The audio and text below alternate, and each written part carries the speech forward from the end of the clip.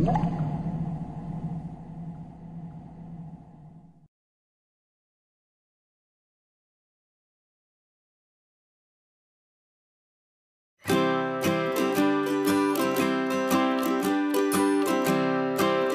काय मंडळी, बरे आहात ना? चतुरराव आणि चतुराचा तुम्हाला नमस्कार. पाणलोट विकासामध्ये एक मोठी भूमिका बजावणाऱ्या एका महत्त्वाच्या उपचाराबद्दल आज आम्ही तुम्हाला माहिती देणार आहोत. आणि त्या उपचाराचं नाव आहे डीप सीसीटी.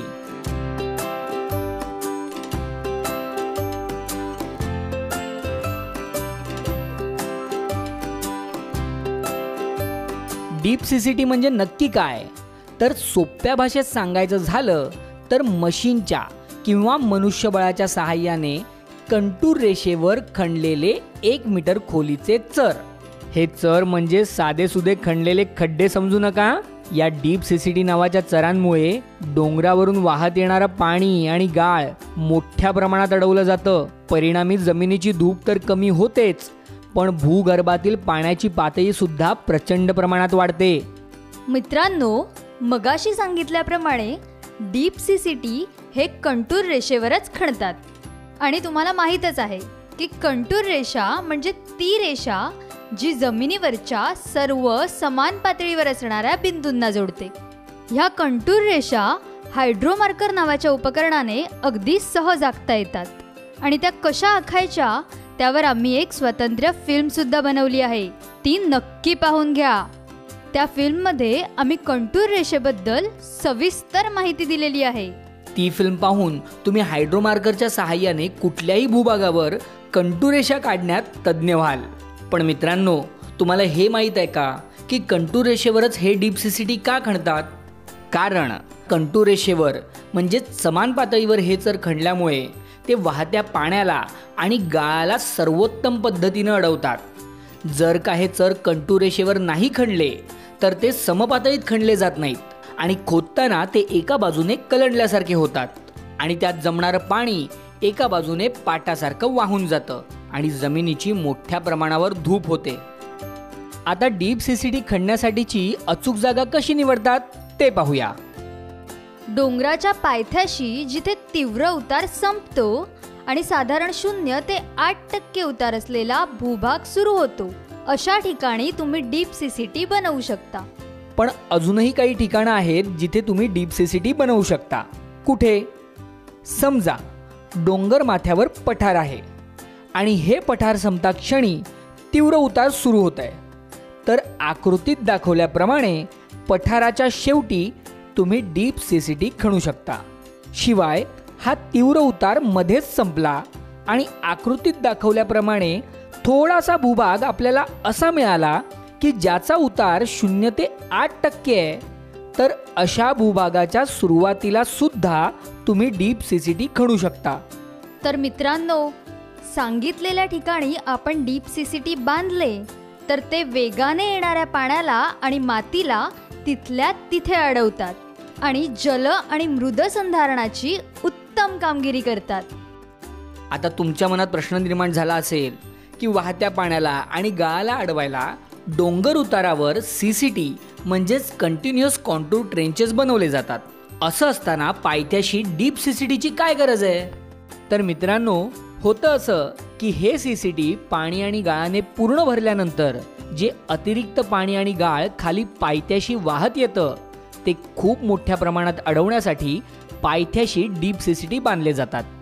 या डीप सीसीटींची खोली ही बऱ्यापैकी डीप म्हणजेच 1 मीटर असल्यामुळे ते पाणी आणि गाळ मोठ्या प्रमाणात अडवून उत्तम मृद व जलसंधारण करतात.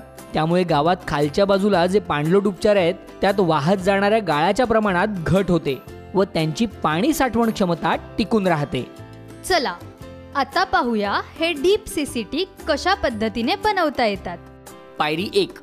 सर्वप्रथम ज्या भूभागावर डीप सीसीटी बनवायची आहे तो भूभाग निश्चित करा आणि त्या भूभागावर हायड्रोमार्करच्या सहाय्याने जिथपर्यंत डीप सीसीटी खणायचे आहेत तिथपर्यंत उताराला आडवी अशी एक कंटूर रेषा आखून घ्या. मित्रांनो, जिथे डोंगर उतार संपतो त्या भागाच्या जितक्या जवळ ही कंटूर रेषा असेल तितकंच चांगलं. जेणेकरून आपल्याला पाण्याला आणि गाळाला लवकरात लवकर अडवता येईल. पायरी 2. या रेषेच्या सुरुवातीच्या बिंदूवर दाखवल्याप्रमाणे 20 मीटर लांब आणि 1 मीटर रुंद आयत फक्कीने मार्क करा. हा आयत मार्क करताना एक गोष्ट लक्षात ठेवणं गरजेचं आहे. हा आयत दाखवल्याप्रमाणे रेषेच्या वरच्या बाजूला व कंटूर रेषेला समांतर राहील अशाच पद्धतीनं मार्क करावा. तो रेषेच्या खालच्या किंवा मध्यभागी मार्क करू नये. पायरी 3. आता 2 मीटर अंतर सोडून संपूर्ण रेषेवर याच लांबी रुंदीचे म्हणजेच 20 मीटर बाय 1 मीटरचे आयत दाखवल्याप्रमाणे फक्कीच्या सहाय्याने मार्क करा.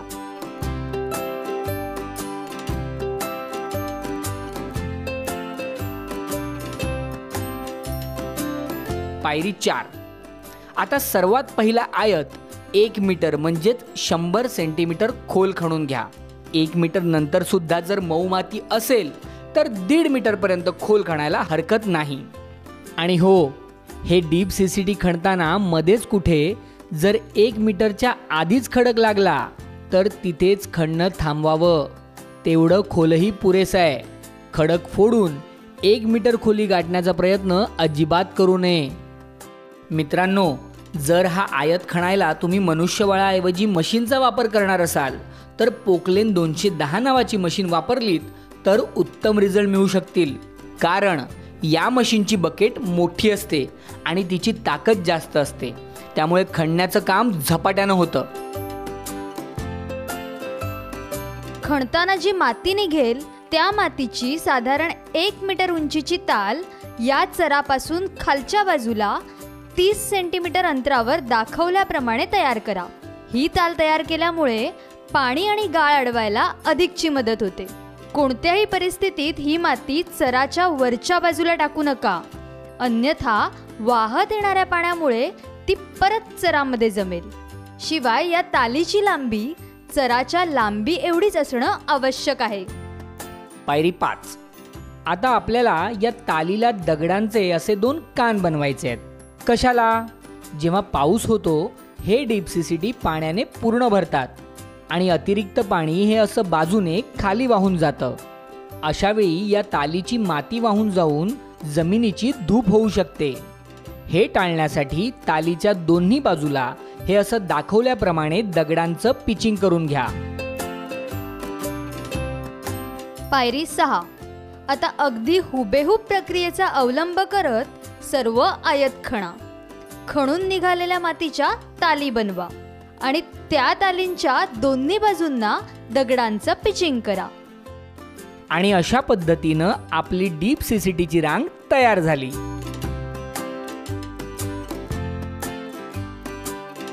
मित्रांनो, जर स्थानिक परिस्थितीनुसार तुम्हाला डीप CCTच्या अजून रांगा तयार करता येत असतील तर 2 एकामागोमाग एक असलेल्या डीप CCTच्या रांगांमधलं अंतर हे 33 मीटर ठेवावं.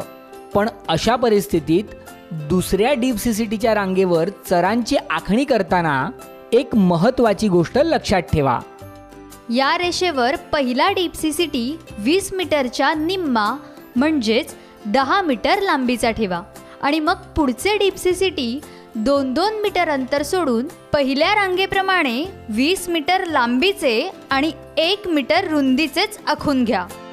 एकापेक्षा जास्त डीप CCTच्या रांगा बनवताना चरांची आखणी अशा पद्धतीनं का केली जाते हो? कारण त्यामुळे हे डीप CCTचे चर असे दाखवल्याप्रमाणे तयार होतात. याचा फायदा काय होतो? वरचे चर भरले की त्यातून वाहत येणारं पाणी आणि गाळ हे खालचे चर अडवतात. त्यामुळे खूप मोठ्या प्रमाणात पाणी आणि गाळ अडवलं जातं. जर आपण हे चर दाखवल्याप्रमाणे एका खालोखाल एक सलग पद्धतीनं खणले तर नुकसान हे होईल की वरचे चर भरले की त्यातून खाली येणारं पाणी आणि गाळ खालचे चर अडवू शकणार नाहीत आणि आपण केलेल्या मेहनतीचं पूर्ण फळ मिळणार नाही. त्यामुळे जेव्हा डीप CCTच्या अनेक रांगा खणता येण्यासारखी स्थानिक परिस्थिती असेल तेव्हा तिसऱ्या रांगेतले चर पहिल्या रांगेतल्या चरांप्रमाणे आणि चौथ्या रांगेतले चर दुसऱ्या रांगेतल्या चरांप्रमाणे आखून खणावेत आणि पुढे अशाच पद्धतीची पुनरावृत्ती करावी. डीप CCTच्या बाबतीत काही महत्त्वाचे मुद्दे लक्षात ठेवा. मुद्दा 1, हे डीप सीसीटी बनवून झाले की सर्व तालींच्या आतील बाजूला 1 मीटर अंतर सोडून गवत किंवा कडुलिंब, चिंच, सीताफळ, हिरडा, करवंद, बोरी, करंज, बांबू अशी कमी पाणी लागणारी झाडं लावावीत किंवा बिया टोकाव्यात. यामुळे पाणी व गाळ अडण्याला अधिकची मदत होते, शिवाय त्यातून उत्पन्नही मिळतं. मुद्दा 2, कंटूर रेषा आखताना जर मध्ये झाडं लागली तर ती झाडं अजिबात तोडू नका. ही आखणी जशी चालू आहे तशीच चालू ठेवा, ती पूर्ण करा. पण जेव्हा प्रत्यक्ष डीप सीसीटी खणाल तेव्हा मात्र झाडांच्या दोन्ही बाजूला 2 मीटर अंतर सोडा आणि खणकाम करा. मुद्दा 3, हे डीप सीसीटी कालांतराने गाळाने पूर्ण भरून जातात, पण हा गाळ काढू नका. हा गाळ तसाच राहू द्यावा. त्यावर उगवणाऱ्या गवतामुळे नैसर्गिक जलसंधारणाला हातभार लागतो. तर मंडळी, तुमच्या गावात करण्यात येणाऱ्या पाणलोट विकासाचा जरा डीप म्हणजे खोलवर विचार करा आणि डीप सीसीटींचा अवलंब लगेचच करा.